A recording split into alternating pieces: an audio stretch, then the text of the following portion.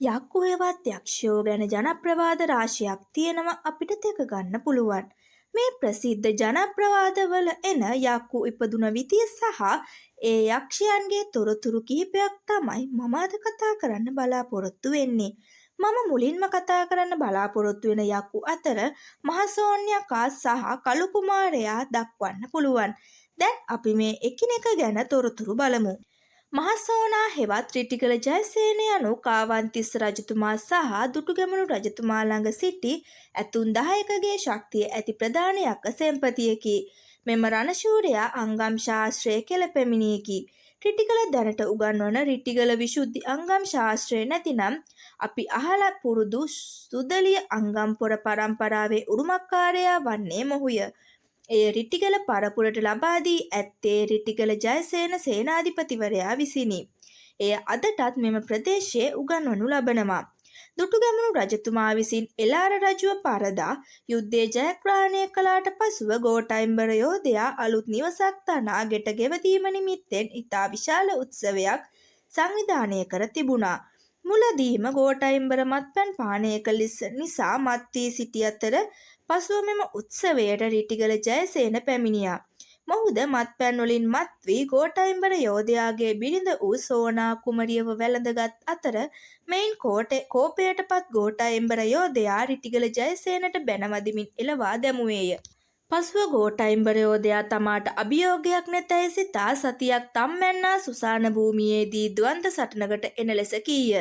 පසුව ඔවුන්ගේ සටන් දවස පැමිණ සටන ආරම්භ කළ අතර මෙහිදී ගෝඨයිම්බර යෝධයා රිටිගල ජයසේනට එල්ල කළ පාපහර නිසා රිටිගල ජයසේනගේ හිස කඳෙන් වෙන්විය.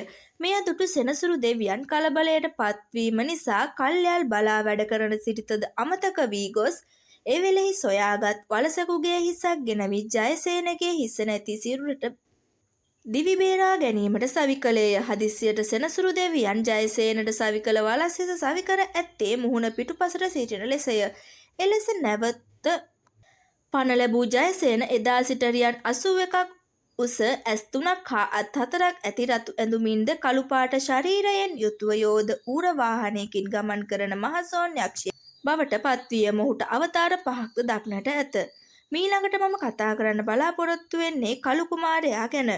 කළු කුමාරයා නලදත් ඇති රකුසු මූණක් ඇති ශරීරය තද කළු පාටින් යුක්ත මැණික් ඔටුන්නක් හිස දරා දෙකන් පෙතිවල රන් තෝඩු එල්ලා කරවටා මුතු මාලයක් පැළඳ දකුණු අතේ යගදාවක් අතැතිව සුදු හැට්ටයක් ඇඳ ලය මත කාන්තාරුවක් කොටා ඇති අයෙකි. කළු ගොනකු පිට නැගී යයි කියා මතයක්ද ඇත. මෙහිදී කළු කුමාරයාගේ උපත ගැන ඇති මතයක් ලෙස ගජබා රජ සමයේ ඉතාමත් සුරූපී රජක ස්ත්‍රියක් රජවාසලේ රෙදි සෝදන කටයුතු සිදු කළේය. කෙසේ හෝ රජුට දාව මේ කාන්තාව දරුවෙකු බිහි කළ අතර ඔහු කළුපෑ ශරීරයකට හිමිකම් කියූ බැවින් නීල නම් වූවේලු. කෙසේ නමුත් මේ නීල රාජකාරී කිරීමට එන තම මව සමග රජමාලිගයට පැමිණෙන අතර වයස අවුරුදු 6ක් වූ මේ දරුවා දිනක් රජුගේ යකදාවගෙන එය බලා එය උඩු යටිකුඩු කර තබන ලදී. කෙසේ නමුත් මෙම යකදාව සාමාන්‍ය පුරුෂයෙකුට එසවිය නොහැකි තරමේ බරක් වූ අතර මෙය දුටු රජතුමා මාගේ යකදාව එසවූ හපනා කවුදැයි ප්‍රශ්න කළේ.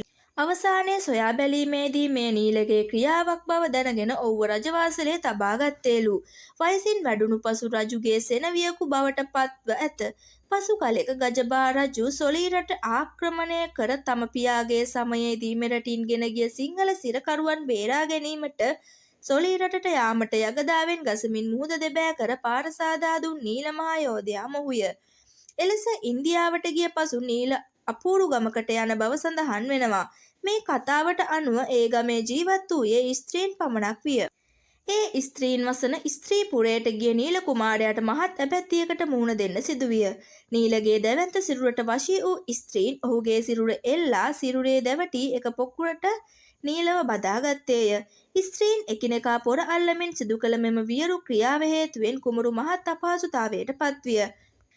ස්ත්‍රීන් ඇගේ දැවටීම නිසා ඇති වූ රාගී සිතුවිලි නිසාම තම ශරීර ශක්තිය යොදා ඔවුන්ට පහර දී බේරී යාමට නීලට නොහැකි විය. ඇතැම් ස්ත්‍රීන් නීලගේ ශරීරයේ කොටස් ටික ටික කඩාගෙන කෑ බවද සඳහන්ය. ස්ත්‍රීන් කෙරෙහි ආශාව වෛරය මුසුව මිය යාම නිසා නීල නීල මදන කළු කුමාර යක්ෂයා බව බොහෝ අයගේ මතයයි. බොහෝ තලතුණා වැඩිහිටියන් සඳහන් කරන්නේ කාන්තාවන් විශේෂයෙන් විවාහපත් නොවූ තරුණියන්ට ඉරබැස යන වෙලාවට ලිම් පොකුණු වලින් නෑමට නොදෙන්නේලු. එයට හේතු වශයෙන් දක්වන්නේ කළු කුමාර නම් යක්ෂයාගේ ඇල්ම බැල්ම වැටී යයි බිය නිසාවෙනි. මෙසේ විවිධ වූ යක්ෂයන් පිළිබඳ ජනප්‍රවාද බොහෝමයක් අපට දකින්න පුළුවන්. එයින් කිහිපයක් මා ඉහත සඳහන් කර තිබුණා.